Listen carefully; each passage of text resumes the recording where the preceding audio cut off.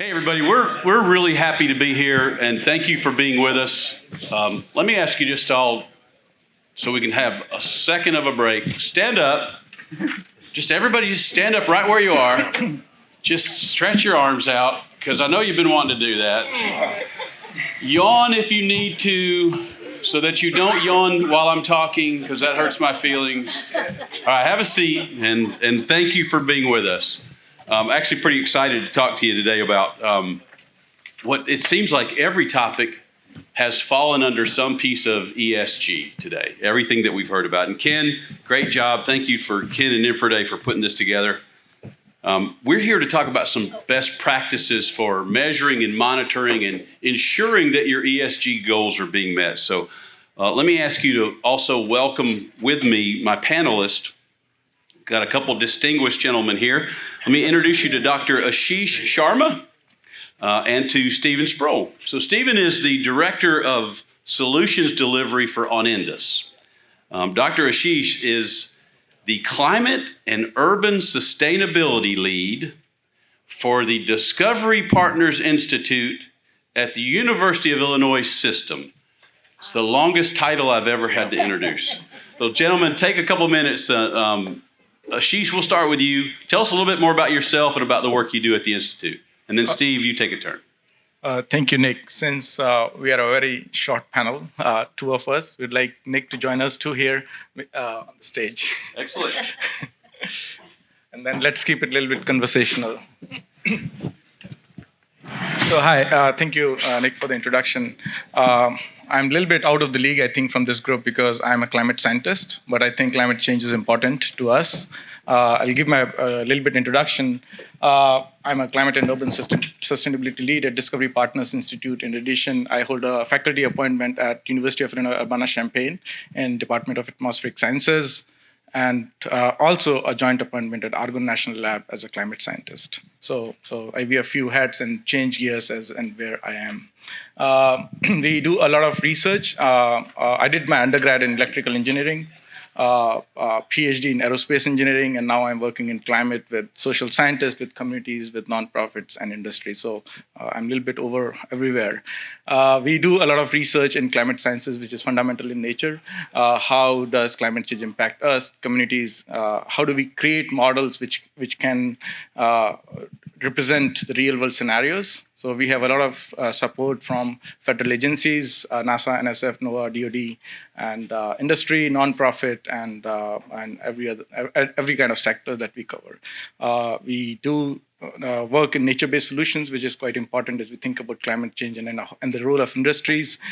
We also, I like to highlight a few projects. We also have huge Department of Energy project, integrated urban field laboratories over the Chicago region, where we are looking at how can we do community-driven science and research so that it can impact and address and create climate models of the future. At the same time, also look at how do we make sure communities are much more resilient, and partnerships with industry is critical to that.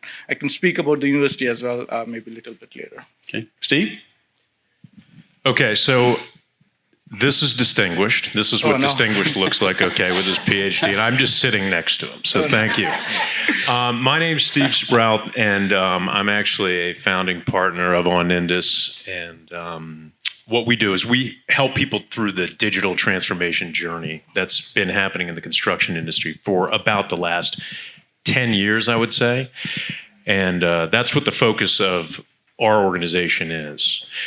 Now, a little bit about me personally. I'm an engineer as well. I'm a process engineer, which kind of helps out with what we do, because most of what people end up having problems with is not necessarily the system that they have in their organization, but it's the people and how the people are actually going about their business. So that's kind of what I kind of focus on, and we've got a lot of background with the data that people are required to capture and how they're working with that data and how they're delivering that data and sharing it with the stakeholders that they work with.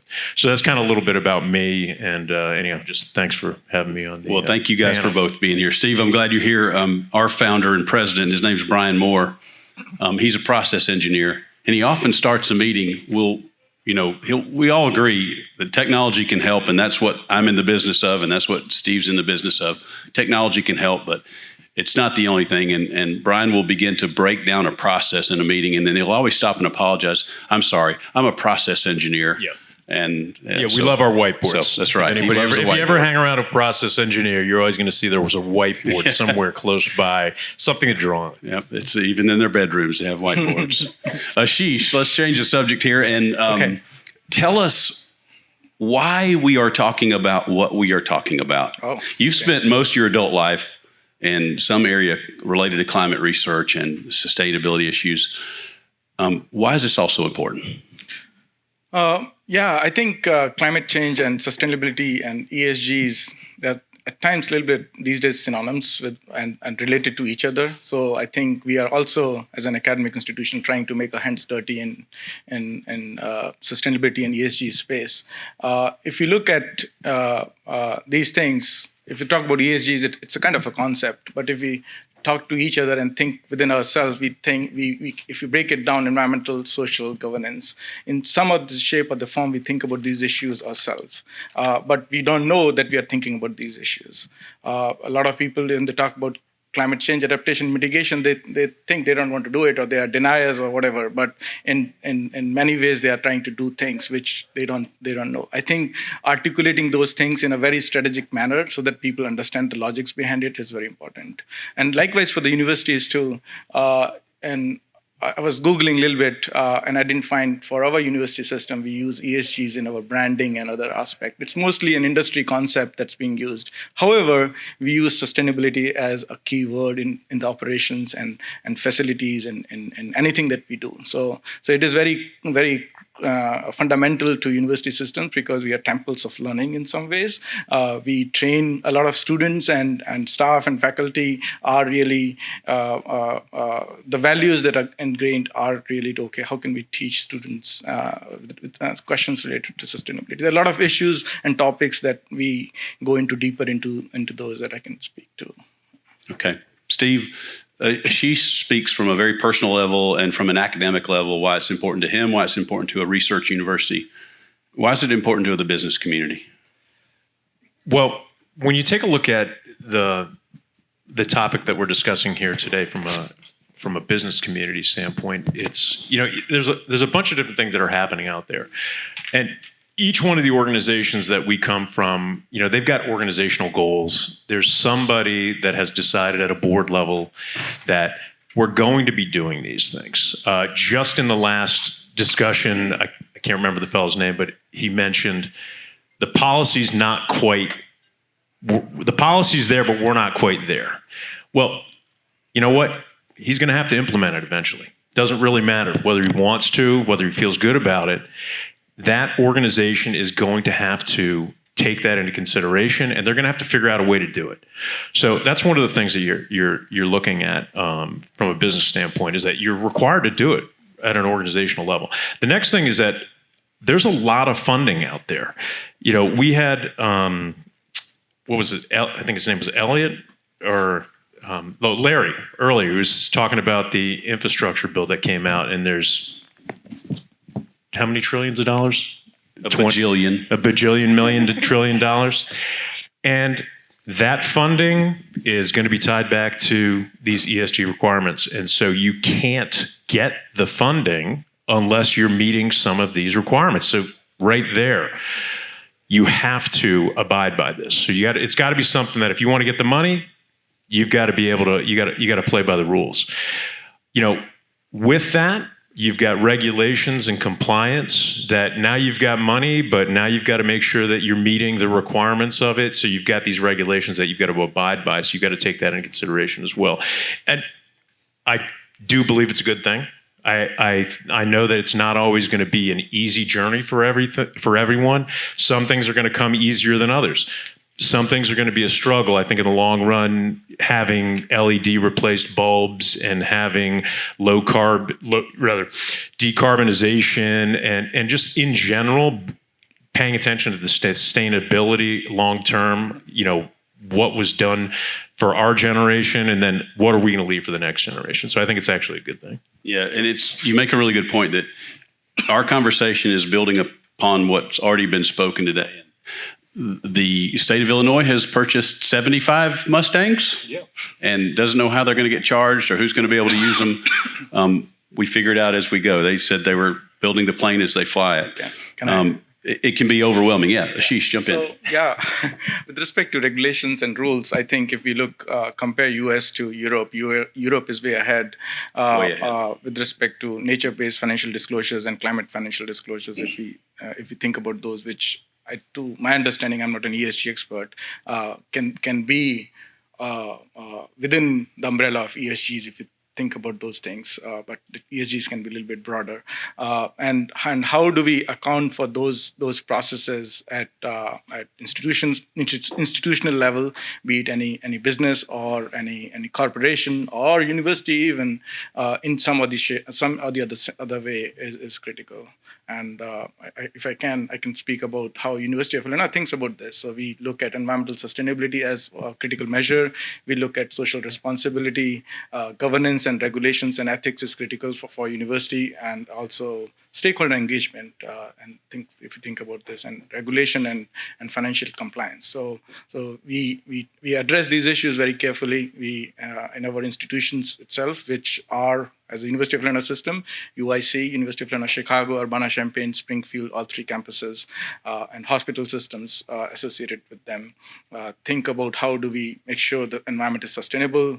Each campus has huge sustainability offices, which account for recycling, waste management, water conservation, and you can name many, as you can think of, everything as universities, full-fledged institutions cover. We also talk with respect to concepts like SMART. How can you be we have SMART objectives. We have more than 50, 60 objectives in different criteria, and measure greenhouse gas emissions at the campus levels, and try to reach the Biden administration's goals of carbon neutrality by 2050. We are making progress on those fronts. We have already reached our commitment to 2025 in 2023, and are aggressively leading by example. So I borrowed that example of the state buying electric vehicles without really knowing what their purpose would be. I borrow that example because I think we're in an environment now, politically, socially, and economically, that says make this happen. It's so important, make it happen. So that's not really a criticism of what the state's done. It's almost feel bad. We got to do something. So do something and then figure out how to make it work. You just said that the university has 50 or 60 goals. I looked up and I was looking at the climate action plan for the Chicago region. Now, Ashish has authored dozens of papers on climate, on environmental issues. He has co-authored dozens more. This is one that you were a contributor on. And I counted, the plan suggested 42 mitigation strategies. That's a lot to digest at once. And we've just kind of described this scenario where we got to do something. So my question is, Ashish, if you as an environmentalist, as a climate control or climate change expert, what would you say that the design and construction industry should focus on? Give us one or two or three or four things that we can do that would have the greatest impact on climate change. Because taking on 42 or 50 or 60 at one time is just hard for us to wrap our minds around. So what are the things we should kind of focus on first? Oh, thanks for counting. I didn't count them. So broadly, we classify, one thing before I answer that question is normally an industry or an institution or a city thinks about sustainability or climate action standalone in silos. So the uniqueness about this climate action plan for the Chicago region is we are addressing climate action for 275 plus municipalities in the Chicago region. And this is we are looking at inclusivity because what impacts you is because what impacts your neighbors and the constituents. So how can we look at a regional approach to look at this? Going back to mitigation strategies, I think divided them into 7 or 8 categories, and many of them are energy related, energy policy, policies? How can you reduce emissions related to electric vehicles, water-related issues, wastewater and water quality, and also regulation as well? How can municipality leaders and corporations can think about leading by example? With respect to construction and urban planning, we do a lot of fundamental work in urban planning space with climate modeling efforts. But I think there were discussion in the previous panels about energy codes and reducing energy consumptions. I think what we need to be a little bit more careful and be leaders in some ways where we think about how we not only prepare and lead by what's happening today, but also for the future, by 50 years or 100 years. How can we make much more robust codes? And what I learned over the last 1 or 2 months that even the building energy codes, it's not something, and correct me if I'm wrong, it's not something that is decided at a very high level, like a state or a federal level, but those are decided at municipal levels. So I think we need those strong partnerships between your industry and municipalities and that level to lead by example and encourage people to go after those codes. It might be a little bit risky as we think about it. A lot of investments are needed, but we need to take those risks and think about risk as opportunity costs. Well, and if Europe's ahead of us, as you said, it's because they invested before us. Yes. Yeah. So, all right, Steve, I want to ask you about how we measure all this, and I think that's where technology partners can help. But first, I want to back up a step and just ask, you've got a couple gray hairs, Just a few, yeah. and I'm 10 years older than you at least. So it strikes me that every conference we go to, ESG is like the hottest topic. But it also, I ask this with prejudice. I ask this with prejudice. Is there really anything new to veterans like you and I? I was talking with somebody earlier, one of the mics from the earlier discussion. They were talking about the trains, and or no, not the trains, but they keep talking about there's a new word that they're describing this that we have to all be excited about. And when you're looking at it, you got energy, sustainability, and governance. In the construction industry, we've been tracking energy usage, LEED buildings, things of that nature. I know there's a lot of infrastructure here, is maybe not as much LEED, but that's been something that we've been tracking for over a decade. Safety, every single job site that you guys are on has safety as part of it, which is a component of ESG. There's the MWBE, the DEI, all that around making sure that your vendor base is properly diverse and meets regulations. That's not a new thing. We've had at least 2 people talking about it today in panels. So what are we talking about here now is that it's just all of it has been given a name and kind of a wrapper. And it's a new way of looking at it. And it's a new way of monitoring it and a new way of measuring it. And so for us, I think what we need to be aware of is that what are these new measurements that we need to be paying attention to? And everyone that has been out here and has been on a construction job, as soon as the job kicks off, the first thing you have to understand is that, okay, what are we going to get measured on here? Like, what are the things that we need to make sure that we are capturing as part of all of our pay applications that have to come in from the contractors, and what is it that we actually have to be reportable on at the end of it? And so it's these are just more data points that we have to be tuned into, and we have to understand the audience that's asking. I think that's really one of the big things. Yeah, and I would just add, I do think that there's something new in that we're now a data-driven world. And we don't accept just that this is a goal that we stated. When we first had any kind of DEI goal that any municipality anywhere had, it wasn't measured. We put in a goal, we want this much participation from an XBE, but we never went back and saw if we got it. And then later we began to track that. And I think because we're in a data-driven world now, we can measure, and we do demand that we start hitting some goals. That's what's changed, is that we can, we should, we do. And as previous panel said, we need to be really intentional about these decisions and not just throw them out like this is a great idea, but we need to be intentional about what we plan for and how we monitor it and how we achieve it. Ashish? If I can chime in, I don't know if it's if I'm saying the state of the knowledge or just talking about just my thoughts. If you think about measuring, let's say for my purposes, greenhouse gases, it depends how and what you're measuring, what's the framework of that measurement is. If you can, as an industry or a corporation, can measure just within your bounds greenhouse gas emissions, maybe that we can call them stage 1, I believe, emissions.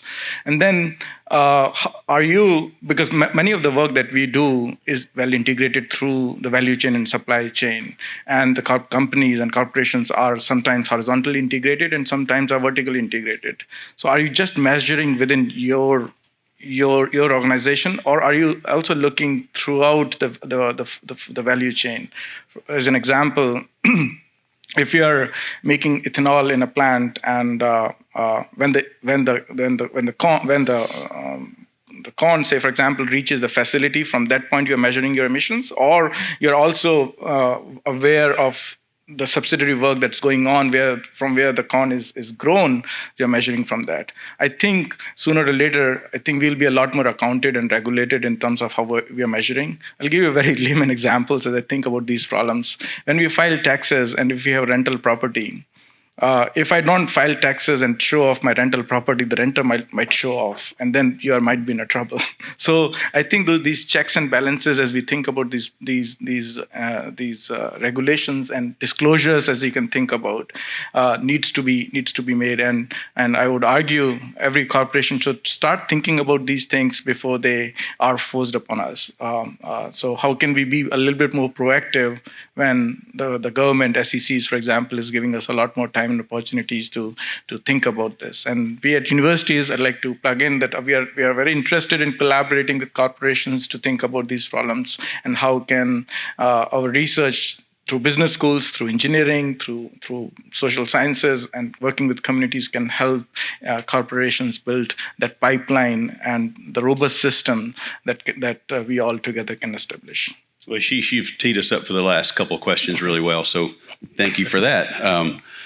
All right, Steve, to you, Kahua writes great software products. We're really proud of our products, but it's just software. OnIndus provides solutions consulting and help people use tools like Kahua and other applications, whatever appropriate. What has OnIndus done to help people measure the goals that we're all trying to achieve, E, S, or G? Yeah, so specifically, with Kahua, they've got their development platform. And we've got an app out there that we've developed, and this goes back to the conversation around more data and people want information faster. And we developed an app for tracking the, MWB or XB, DEI at the subcontractor level, so that through the contract life cycle, if you have change orders as you issue contracts, and you've got your subcontractors who oftentimes, that we talked about earlier, having prime contractors be the ones that are the MWBE, most of the time it's being done at a subcontractor level. And so this gives the ability to track it at the subcontractor level and then bubble it up. And at any point in time, you can say exactly, what was added to scope, what was reduced in scope. So we actually are required real time to give the information. This is the kind of stuff that we're developing. But that's just one example of specifically with Kahua. But really, this is kind of an evolutionary process that we've had since the beginning. And with the advent, I use this story where about 12 years ago, when I first started getting out into this space with construction technology, and I would go and I would do trainings. And I would stand up there and I'd start talking to people about everything and how great it was going to be, and you have all this data. And the guys are out there with the laptops using it as a hard surface that they can write on. And that was like what it was. I mean, people, my guy, it was horrible to try and get people to put information in. And everybody knows what I'm talking about. There's always that guy, the inspector, that would write everything down on his yellow pad. And he would come back into the office, and then maybe it would sit there for a while, and hopefully he could convince somebody to enter it. And then, he's just wishing for the day he'll retire. And so we've come from that to the point where, okay, now we're starting to collect data, and that's really we evolved at the same time, and we started identifying, okay, let's start collecting the data points at the point it's happening. You issue your contract, you collect the data point at the point that the contract is issued. If you're going to be updating information, as soon as there's something that you have to do in your system, you capture that right away, and then you can immediately report on it. And so your example with the app that we built, that's the latest and greatest one that we're doing in his. But we've got all sorts of different technologies where you've got the reporting that's done from a quality standpoint. You go out there and there's problems on the job site, right? You write the guy up, you issue him an issue. There's an issue it has to be resolved. Well, later on, when we're doing the contractor evaluation, in my main client in New York, that information feeds back in, and now that vendor, in addition to the MWB and everything else, now they're like, well, wait a second, how are they on a quality standpoint? But that information was captured months ago in the system. Nobody has to do anything. So the whole point about all this is that make sure whatever the requirements are, whatever your policy requirements are, whatever your regulations are, whatever your goals are, capture the data at the point that it's generated, with an understanding that that's going to be what you're going to be reporting on, and that's going to be taken back to your stakeholders. So that's all I'm going to say. Excellent. All right, Sorry. Ashish, I'm going to follow that up. Okay. Again, a really good tee up, Steve. So Steve's just told us how there is technology that can help us not just measure how we're doing, but monitor while we're doing, therefore improve our decision making as projects are going on. Okay, so that exists, and On Indus has helped create some of that and certainly deliver some of it. We have clients that are contractor clients that have created applications to monitor their safety programs and even improve the outcomes of safety incidents. The GSA is one of our clients, and they've created applications to track embedded carbon in every material that they install. Awesome. So, and we're really excited about that. We've created a tool called an asset data overlay that will allow the GSA to know every bit of embedded carbon that they've done, both for what they install and what they take out. So those are things technology can do. From your perspective, as the academic in the room, what are the things that technology is not doing today that we vendors need to provide to the industry? How can we improve the world by coming up with some new technology that will help achieve these goals? Okay, that's a tough question. That's why you got it. So, if I think about this, I think from my lens, not with respect to technology, but how do you account for climate change as you move in the future? I think that is something which is missing in not just what industry is doing but into a lot of policy framework as well. People have designed, and this is my perspective, mostly people have designed technologies looking through the rear view mirror, thinking about, okay, what has happened in the past and how do you prepare for the future? But I think what we need an approach is how can you be forward-looking, 20 years, 30 years, 50 years, whatever the scope of your operations is, to think about those questions and make sure the technologies are apt for that and ready for that. That's one aspect. And not related to technology, but another thought is, if you're working in ESG space, you can think about the corporations and companies are not just working to make money, but they have also some social responsibility. So how do you think about navigating that space between the social structure and environmental bounds, and where you should fit your portfolio with respect to emissions and the stuff that you do and the work DEI aspect that we talked about in the morning? Within that spectrum, where should you lie so that you, of course, get a lot return on investments, but also are leaders in ESG space. I hope I That's tried to very answer helpful. a question. Thank you. All right, Steve, last thought. You're the only thing standing between these people and their lunch. So we're going to give you the final thought. Okay. So, really, I think the main thing here is just that let's go have a great lunch. Thanks, everybody. We appreciate you guys paying attention.